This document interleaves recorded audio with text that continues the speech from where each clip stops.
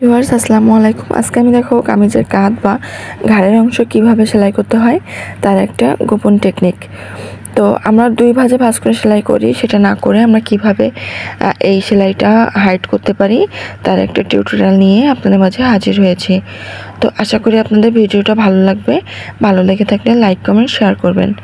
তো প্রথমে আমি গলাটা তৈরি করে নিয়েছি, করার পর গলাটা সেলাই করে নিই। দেখুন আমার পেস্টিংটা দেখা যাচ্ছে, আমি গলাটা সেলাই করে নিই। না সেলাই করে প্রথমে গলাটা উল্টা দিকে রেখেছি, আর উপরের গলাটাও আমি উল্টা দিকে রেখে উপরের গলাটা আমি ভাঁজ করে নিয়েছি, আর নিচের গলাটা আমি সোজাভাবে রেখে একটা সেলাই করে নিচ্ছি। এরপর আমি আবার এটাকে ঘুরিয়ে নিয়ে দেন এভাবে করে সেলাই করে নিব। তো দেখুন এটা ঘুরিয়ে নিলাম। ঘুরিয়ে নেওয়ার পর উপরের যে আমি যে ভাঁজটা দিয়েছিলাম না প্রথমে, সেই ভাঁজটা করে দেন এটাকে সেলাই করে নিলাম। দেখুন আমার কতটা সুন্দর হয়েছে কাজটা। আর আমার যে ডাবল ভাঁজ করে যে সেলাইটা করি, কাঁধের অংশে সুতা বের হয়ে থাকে, তেমন কোনো কিছুই দেখা যাচ্ছে না। আমি আবার বুঝিয়ে দিই। আমার যে গলার পট্টির অংশ একটা আমি উল্টা সাইডে রাখলাম, আর অপরটাও উল্টা সাইডে রেখেছি, কিন্তু সেটা হচ্ছে ভাঁজ দিয়ে নিয়েছি।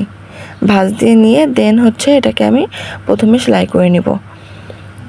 বুঝতে পেরেছেন আশা করি। না বুঝে থাকলে আবার বলি, একটা উল্টা সাইডে রাখবো আর অপরটাও উল্টা সাইডে রাখবো, কিন্তু এটা উপরে ভাঁজ দিয়ে নিব। ভাঁজ দিয়ে নেওয়ার পর এর উপরে একটা সেলাই করে নেব।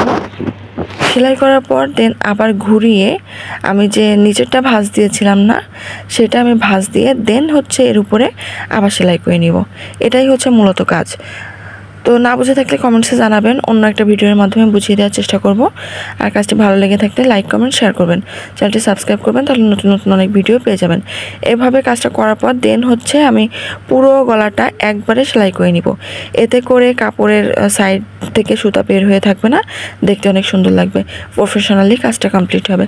Thanks for watching. আল্লাহ হাফেজ।